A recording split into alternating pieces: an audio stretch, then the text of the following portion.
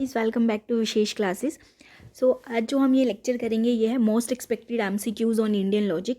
क्योंकि जो भी अभी हम जो प्रीवियस अभी हुए हैं एग्ज़ाम, मैंने उसमें एनालिसिस किया है और वो एनालिसिस मैंने अपने फेसबुक पे भी डाला है। तो अगर आपने मेरे को फेसबुक पे ज्वाइन नहीं किया है हमारे पेज को, तो वहाँ पे जाके डिस्क्रिप्शन में आपके पास लिंक मिल जाएगा, तो आप वहाँ जाके उसको हमें फॉलो कर सकते हैं। ठीक है, तो अगर हम देखें अभी जो एनालिसिस देखें तो इंडियन लॉजिक से बहुत क्वेश्चन आ रहे हैं, इवन 4 to 5 क्वेश्चंस हम वो पूछ ही रहे हैं। ठीक है, तो मैंने यहाँ पे ट्राई किया है, कुछ 10 मोस्ट एक्सपेक्टेड एमसीक्यूज़ हैं। हालांकि इससे पहले मैं Indian logic structure and kinds of anumana and एक ऑलरेडी एक एमसीक्यूज़ पे बना चुकी हूँ इंडियन लॉजिक के, पर ये कुछ ऐसे हैं जो चांसेस हैं कि जो आपके उसमें मिल सकते हैं। ठीक है, विद एक्सप्लेनेशन है। तो और अगर आपने पहले वो इंडियन लॉजिक वाला कंसेप्ट नहीं देखा है तो लिंक मैंने डिस्क्रिप्शन में डाल दिया और यहाँ पे आई कार्ड पे भी मैं आपको दे दूँगी ऊपर, तो वहाँ से आप देख सकते हैं। ठीक है, और अगर आपने अभी तक मेरे चैनल को सब्सक्राइब नहीं किया है तो प्लीज़ सब्सक्राइब करें मेरे चैनल को, ताकि आपको लेटेस्ट जो वीडियोज़ हैं वो टाइम टू टाइम आपको तभी दिखती रहें। ठीक है, और all the best for your exam guys. तो शुरू करते हैं। फर्स्ट है, which of the following school accept only perception as pramana. देखो कि डिफरेंट डिफरेंट स्कूल्स थे हमारे पास, जो प्रमाणा है 6 हमने माने हैं कि मतलब टोटली 6 हैं जो माने गए हैं स्कूल्स के द्वारा, पर कुछ स्कूल ऐसे हैं जिन्होंने सिर्फ 1 को माना है, 2 को माना है, 4 को माना है। तो इसमें से ये पूछ रहा है कि जो कौन सा ऐसा स्कूल है जिसने सिर्फ परसेप्शन मतलब प्रत्यक्ष को माना है कि वो एज ए प्रमाणा मतलब वैलिड नॉलेज है। देखो हम प्रमाणा बेसिकली क्यों बताते हैं, वो बोलता है कि ये एक वैलिड सोर्स है नॉलेज का। मतलब अगर हमें नॉलेज गेन करनी है, हमें ज्ञान लेना है, तो हम मानते हैं कि अगर हम प्रमाणा से ले रहे हैं, जो हमारे 6 प्रमाणाज हैं, तो वो हम मानते हैं कि वो सही होगी। ठीक है, पर किस स्कूल ने एक्सेप्ट किया है कि जो परसेप्शन है मतलब प्रत्यक्ष, जो डायरेक्ट सेंस हम जो सेंसेस से करते हैं, वो हमारा कौन सा स्कूल एक्सेप्ट करता है। ठीक है, तो चार्वाका, बुद्धिस्ट, जैनिज्म और न्याय। तो इसका आंसर है चार्वाका। चार्वाका सिर्फ एक फर्स्ट मतलब ऐसा स्कूल है जिसने सिर्फ एक ही को माना है प्रमाणा, डैट इज़ परसेप्शन। वो मानता है कि जो मैं खुद से देखूंगा, जो मैं सेंस करूंगा, वही उसको मैं क्या मानूंगा, वैलिड सोर्स ऑफ नॉलेज। ठीक है, यहाँ पे अलग अलग स्कूल्स के मैंने आपको एक्सप्लेन किए हुए हैं। जो चार्वाका है वो सिर्फ प्रत्यक्ष होल्ड करता है, that is perception, reliable source है नॉलेज का। बुद्धिज़्म 2 करते हैं, प्रत्यक्ष और अनुमाना। जैनिज़्म 3 करते हैं, प्रत्यक्ष, अनुमाना एंड शब्द। और मीमांसा और अद्वैता वेदांता स्कूल ऑफ हिंदुज़्म है, वो सब मानते हैं कि ये जो 6 के 6 हैं हमारे प्रमाणास, कौन कौन से हैं, जो प्रत्यक्ष है, अनुमाना है, अर्थपति है, अनुपलब्धि है, टेस्टिमोनी है, उपमाना है, तो वो क्या है, 6 के 6 हमारे क्या हैं, यूज़फुल हैं। ठीक है, और न्याय स्कूल मानते हैं कि 4 हैं। उसने शब्द को और अनुपलब्धि को नहीं माना है। ठीक है, उसने माना है प्रत्यक्ष, उपमाना, अनुमान और शब्द को। ठीक है, तो आई होप आपको ये समझ में आया होगा। नेक्स्ट है, which of the following school accept only perception and inference as pramana. तो अभी हमने देखा कि कौन सा स्कूल ऐसा है जिसने सिर्फ प्रमाणा मतलब कौन कौन से प्रमाणा, परसेप्शन और इन्फ्रेंस को ही क्या माना है as a valid source of pramana. तो वो कौन सा स्कूल है, बुद्धिज़्म्स ने ऐसा माना है।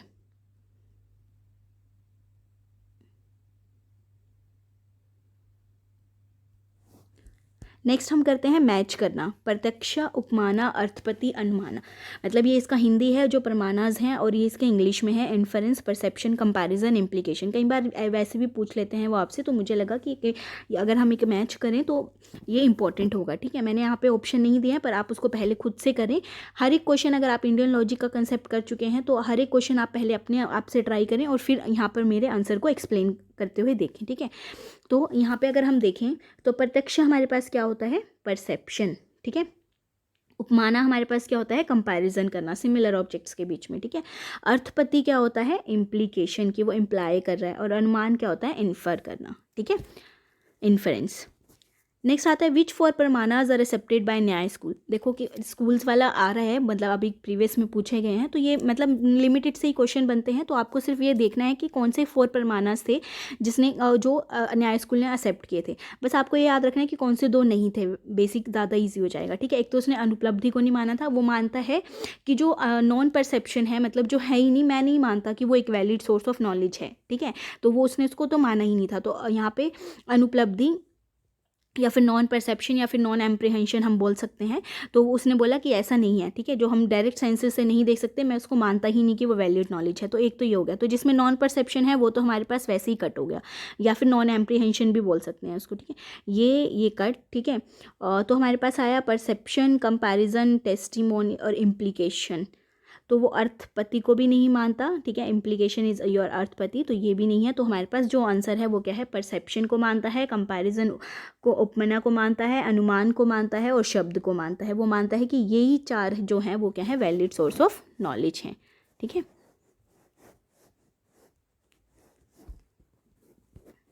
The one who gain knowledge for pramanas is called as, जो नॉलेज गेन करता है प्रमाणा से उसको हम क्या बोलते हैं, प्रमाता, प्रमेय, प्रमा और प्रक्षित।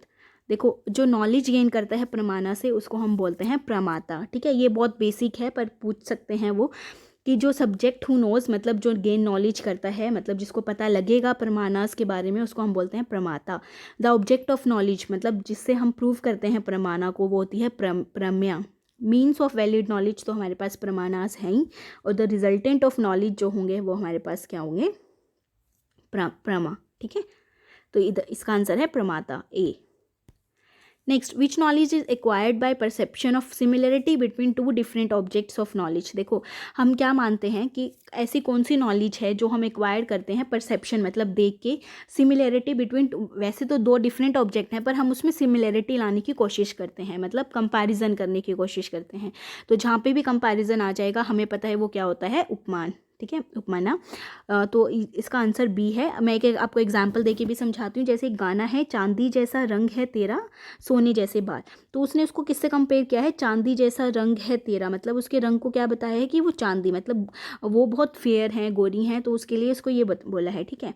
और चांदी जैसा रंग है तेरा, सोने जैसे बाल, मतलब आपके बाल, मतलब उनके जो हेयर्स हैं वो क्या हैं, बहुत सुनहरे हैं। तो उसने उसको किससे कंपेयर किया है, सोने से, मतलब जो हमारे पास सोना होता है, ठीक है। तो आपको यहाँ से, मतलब वैसे तो दो डिफरेंट ऑब्जेक्ट हैं, देखो चांदी एक अलग ऑब्जेक्ट है और आपका जो उनका रंग है वो एक अलग ऑब्जेक्ट है। तो दो डिफरेंट ऑब्जेक्ट हैं पर भी वो फिर भी वो सिमिलरिटी ढूंढने की कोशिश कर रहा है। तो यहाँ से जो हमें नॉलेज मिलती है तो वो क्या होती है, उपमाना से मिलती है। तो ये कंपैरिजन से, ठीक है। Inferring an unperceived effect from perceived one comes under which type of अनुमाना, मतलब कि एक जो इफेक्ट आपने देखा नहीं है पर आपको पता है कि इससे ये हो सकता है, मतलब आप किसी चीज़ को जानते हैं और आपको पता है कि इसका इफेक्ट ये होगा, ठीक है। तो वो कौन सा अनुमान है, मतलब पहले से ही आप उसको जानते हैं, मतलब परसीव कुछ आपको पता है पर आपने उससे इफेक्ट से एक नया कुछ निकालना है। तो यहाँ से कौन सा होगा, पूर्वत अनुमान, शेषवत अनुमान, सामंतो दृष्ट अनुमान और नन ऑफ अबव। ये मैंने बहुत अच्छे से एक्सप्लेन किए हैं स्ट्रक्चर एंड काइंड्स ऑफ अनुमाना में। यहाँ पे आपको आई कार्ड दिख जाएगा ऊपर, तो वहाँ पे आप जाके ज़रूर देखना, क्योंकि आपको वहाँ से पहले क्लियर हो जाएंगे कंसेप्ट, तो आपको ये सॉल्व करने में बहुत ईजी आएगा, ठीक है। तो मैं यहाँ पे इसका आंसर आपको बता दूँ, आंसर है ए, दैट इज़ पूर्वत अनुमान। पूर्वत अनुमान क्यों है, क्योंकि हमें पहले पता था कि ऐसा हो सकता है और हमने इससे क्या निकाला है, एक अनपरसीव्ड इफेक्ट निकाला है, ठीक है। तो यहाँ से आपके पास जो आंसर हुआ दैट इज़ ए, पूर्वत अनुमान, ठीक है। Which of the following statement are true in context of anuman, अनुमान के उसमें कौन सा ट्रू है, according to Nyaya it is indirect source of valid knowledge, anumana should have 3 terms, hetu, sadhya and paksha, anumana has 5 propositions.